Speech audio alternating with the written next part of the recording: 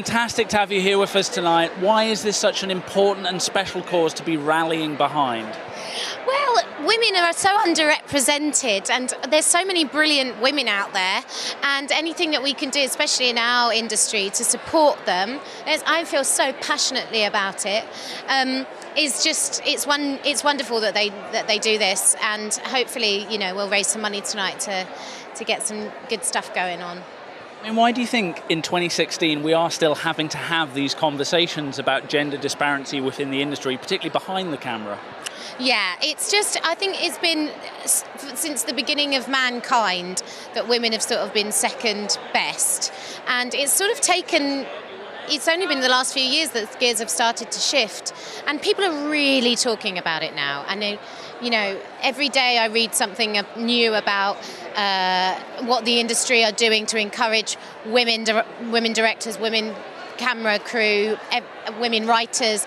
And we're really, the big Film 4, BFI, they're really, really doing well with, hopefully, they can show something, we can have something to show for it in a few years' time. But it's so exciting, like being here tonight, I just see loads of people that I work with and that I gravitate towards. And we are all doing our best to make things happen. And it's an exciting time, it really is, for women in cinema. Because people are starting to put their money where their mouth is now. Who for you are the women you look up to within the industry? Well, Barbara Broccoli, who's she runs this whole shebang. She's amazing. I mean, she's just also an incredible human being, but tireless efforts. And she's doing the biggest sort of job in cinema in the UK, running the Bond franchise, and she does it with such grace. There's loads. I've got loads of sort of unsung heroes that are producers and people that I love. There's loads of women that I look up to. It's great to have so many people around me that I am inspired by on a daily basis.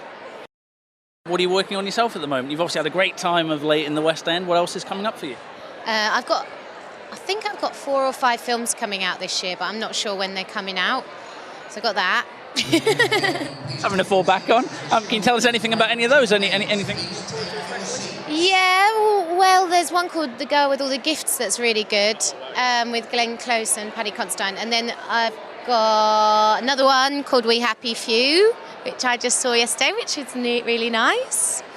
Oh, there's loads of stuff.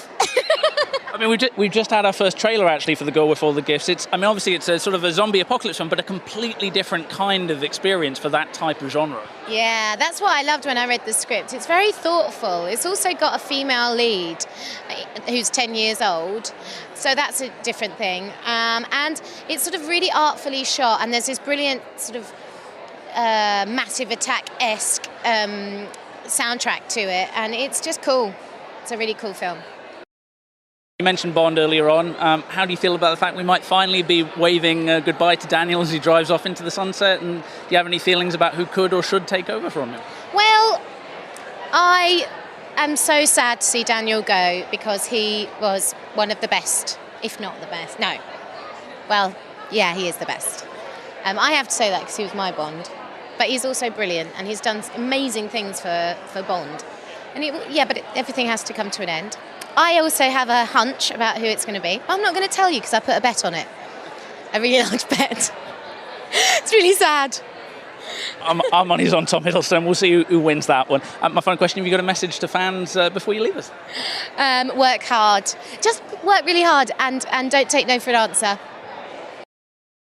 It's great. It's a fantastic year for women. I'm really excited to be here tonight. I just watched the women's tennis at Wimbledon, and that was inspiring, and it's just great to be celebrating great British film in front and behind the camera. So I'm really looking forward to a good evening. I mean, I kind of looked to those great writers like Paula Milne and Kay Mellor when I was growing up, and so I'm really inspired by them, and I'm really inspired tonight to see so many of my heroes in the room, current directors and producers and actors. So I get very inspired by the people around me. Do you think that it's so disappointing that in 2016 we're still forced to have these conversations about gender disparity, particularly in the film industry? I think the most important thing is that we are having the conversation. Yes, it's depressing, but actually it's like anywhere in the industry. I think we just have to keep focusing on the good, and we have to keep trying to promote as much as we can women cinematographers and directors and gamers and, areas that we don't normally see women in, and certainly holding the camera would be nice. So that's what I want to see. I want to be part of an industry that tries to actively change and get more women. And when I look around a film set, I like to see my friends and other women with me. So yeah, I think it's good that we're having the conversation. So I'm quite happy to be here tonight. Well, I think we want to encourage and inspire and support the next generation of directors coming through, and I think the NFTS are trying to create a number of programs to try and encourage that, and hopefully that money can go towards that. And just again, I think reminding everybody of some of the great work that women have done in film and television and gaming. So I think it's a great event, and I just hope we get as much money as possible. What are you working on yourself at the moment? I'm doing a film on Ash called Ashley's War about female soldiers in Afghanistan at the moment. So very focused in that world. What was it about that particular story that captivated you, that made you want to bring it to life? I think it's really exciting at a time where women have just gone onto the front line in America, January 2016. I wanted to look at the life of Ashley White, who was a very important cultural support team member who went out and served for her country and died for her country. And so it's quite inspiring to me to see that there were women who hadn't had their stories told. So it was really that. Do you think that enough is being done to support great British women within our industry? Well, I think that the last year or so there's been quite a lot, actually. I mean, there is and there isn't. What can you say? I think things take a long time to really come to fruition. And I think that there is a lot of concerted effort, I think, to do with diversity in women and representation. But I think we just always have to be mindful that often what gets made and shown is driven by the market, and the market is quite conservative, and I think the market is probably going to get more conservative. So despite people's sort of desires and efforts and stuff, if the market drives the film industry, we do have an issue, because I think they might revert back to very obvious things to promote, such as men and men's films. I think that it's quite boring to have the conversation. It's really important to have the conversation.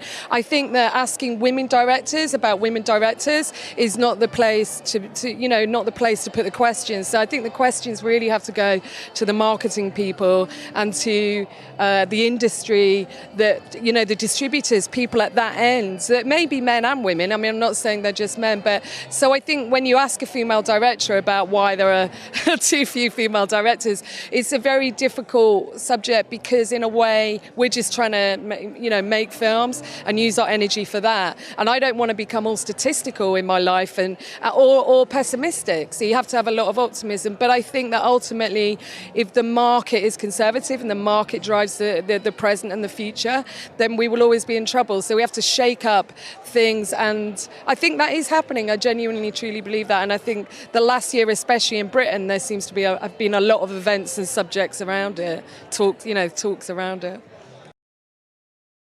I'm working on a radical adaptation of a book that I'm not allowed to say what it is yet. It's set in America, and it's to do with astrophysics and homicide, so it's sure to be interesting. I think it will be an unexpected move for me. It features a lot of very complex female roles, and I think a very complex plot. So it's female driven, but looks at many aspects of life and death.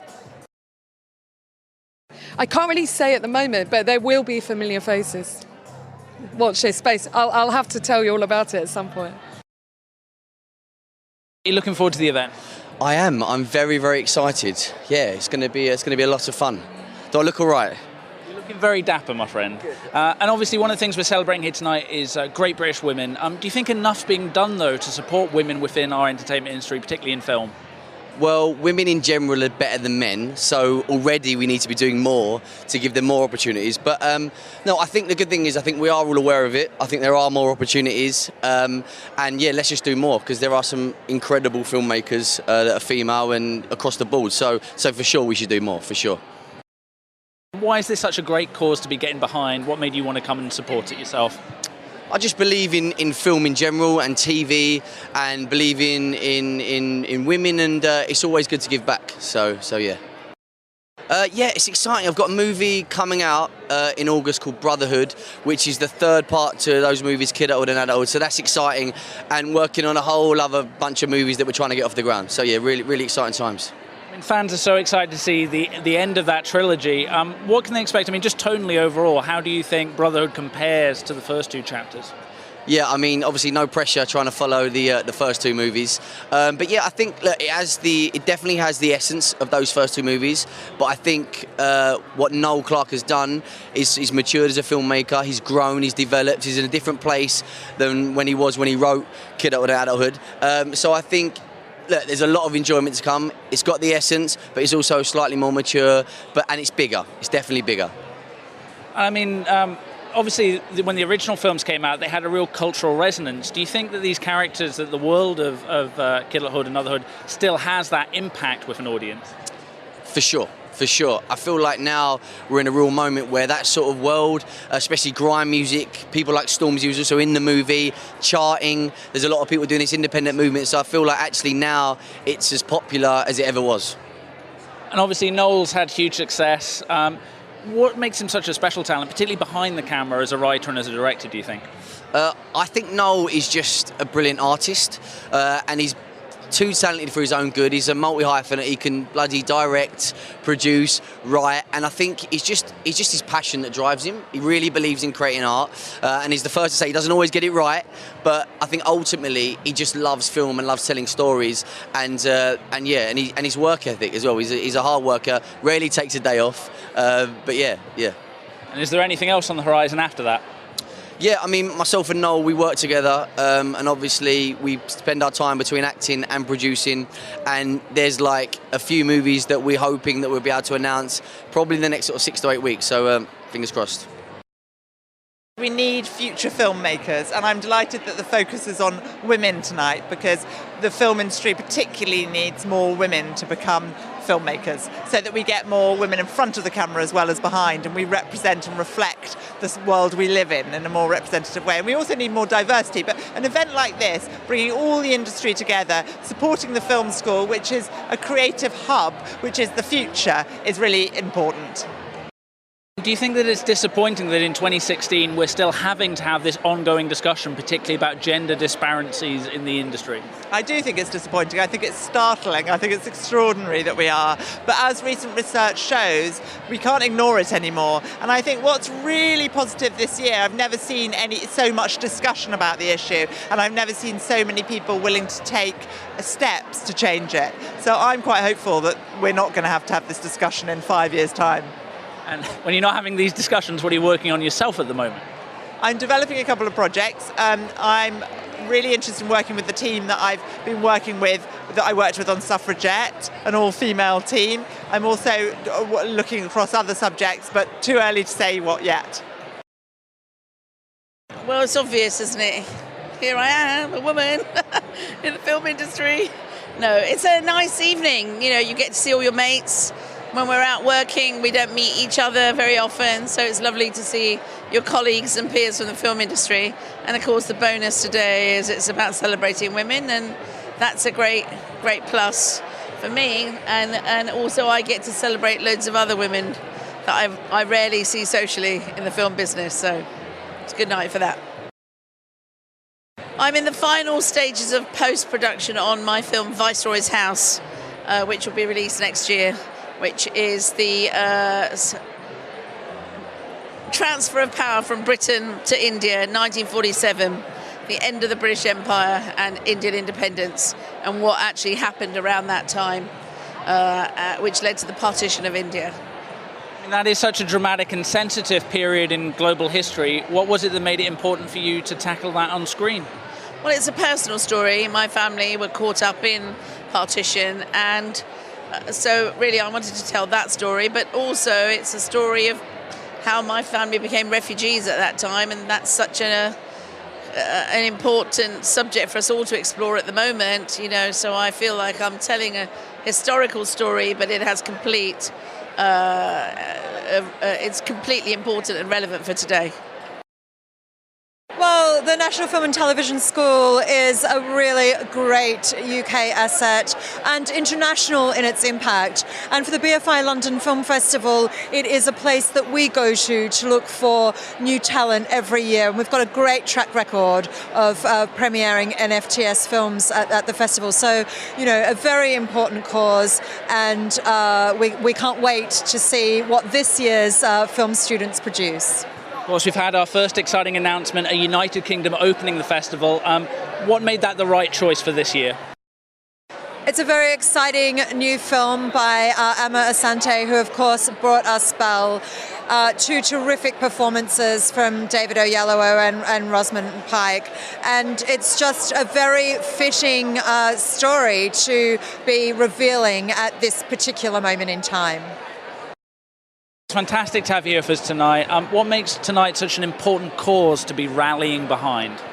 Well, 50% of the population are women, and we need to ensure that those women are represented across all field and whatever discipline it is. And film is one of the most important of our culture, and the statistics are very, very poor. So we need to do everything we can to make sure that those creative voices are heard and supported.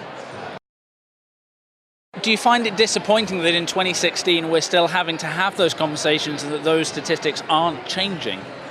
Yeah, it is disappointing. I mean, you know, we keep thinking change is coming and then it doesn't really ever emerge. So it is disappointing, but I'm optimistic. You know, we've got some incredible filmmakers who've made great stride and great achievements, and I think we can build on that.